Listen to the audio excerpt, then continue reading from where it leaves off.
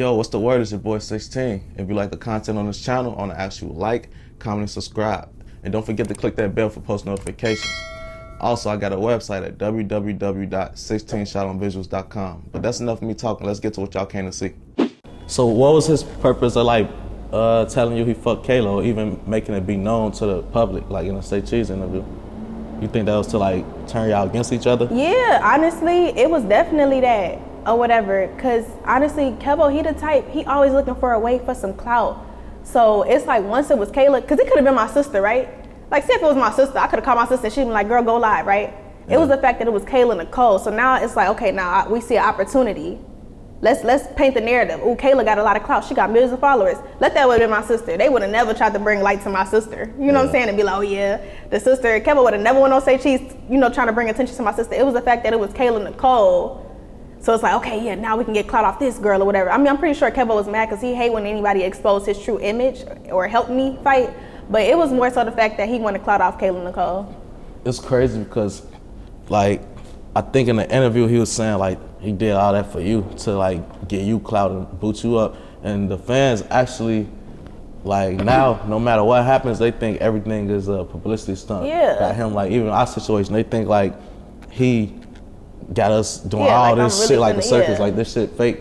Right. I wouldn't. And it's my fault because part in those shit like that. I shouldn't have. It ain't my fault because, man, y'all don't know the type of mental abuse and hold this brainwash this man had on me. But I wish I could have stayed strong enough to just left it at that live and not fell for his traps and coming to clear his name. Because let's be clear, I never did that Say Cheese to clear my name. I literally, and I remember talking to this one girl. It was a woman who reached out to me or whatever off my Instagram when she seen that live go viral. She sent me $1,000 and everything. I never knew her, cash. I never asked for it or nothing. But I remember calling her again because she was talking about God, and I just kind of I trusted her off that. And she told me, yeah, I seen that Say Cheese interview. She was like, but I didn't like it. She was like, why would you go in there and tell a lie? She was like, I spoke to you because this lady spoke to me in the midst of everything. She was like, I spoke to you. You were all over the place. You was suicide. She felt like I was suicidal talking to me. Because I'm literally I'm finna go. I was literally finna run away. I had deleted all my social medias. And I was finna vanish. Nobody's finna ever hear about me. That's the honest to God truth. I was just finna take me and my kids. I damn near want to change my name. Y'all just don't understand. I don't even understand how I let this man finesse my brain so much how he did. But I remember just telling that girl, a lady I never met, because she contacted me from Instagram. But it's I had nowhere else to run. It's I'm running to random people now. You know what I'm saying? Yeah. But she was like, I spoke to you. And she did. She was like, you were suicidal. She was telling me not to use words because I'm finna vanish, all that. You speak stuff like that into existence. I could have really vanished, Nobody would never know what happened to me. But she just was like, I ain't like it. And I'm like, yeah, I know. I just had to come clear his name because I felt bad. It made me feel bad because it went viral and it kind of messed up his image. He got a lot of backlash. And she was just like, I mean, I understand or whatever, keeping your business offline, but she was like, you saved him, but you ain't even save yourself. And at that point, I was I thought about that. That her saying that still sits on my brain. And honestly, that's more of the purpose why I still do my YouTube videos, because she was right. I came over here and saved this man. I was more loyal to this man than I was to myself. I'm trying to clear this man's name, and this the problems that he created. I didn't do none of this. I was the innocent one. You know what I'm saying? Why am I still having to dodge bullets and take jabs because of the problems that he created? So after that, I'm like, nah, I gotta still tell these people what's really going on. I can't just go out like that and tell a lie, act like this man is just this great guy and do no wrong when he really putting out evil.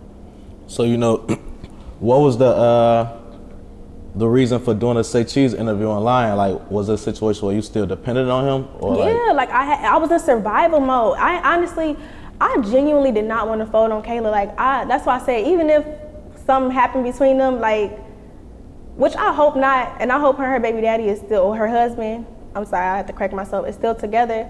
I still respect Kayla. I know y'all might be like, dang, that's crazy if she did that and you saying that, but y'all just don't understand. She understood how this man was mentally abusing me.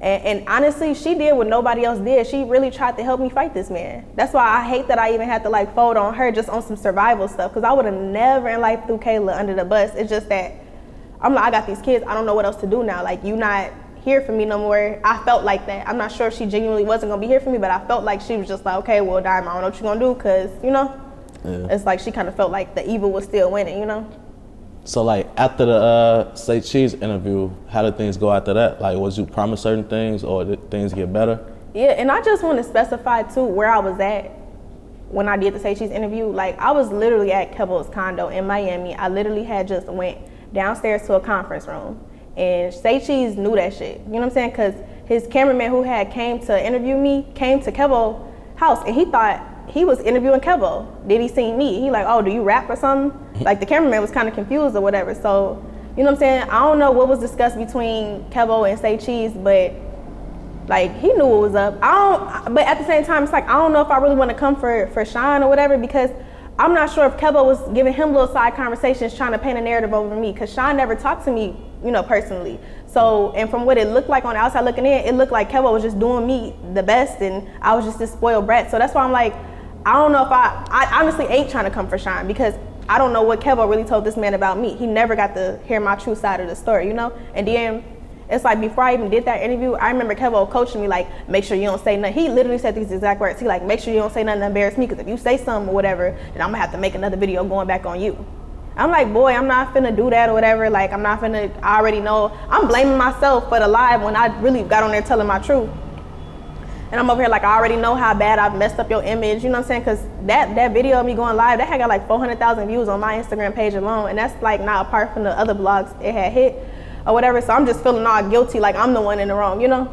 But I was like, I'm not finna go on Say Cheese and say nothing or whatever that we didn't discuss, because it definitely was discussed or whatever.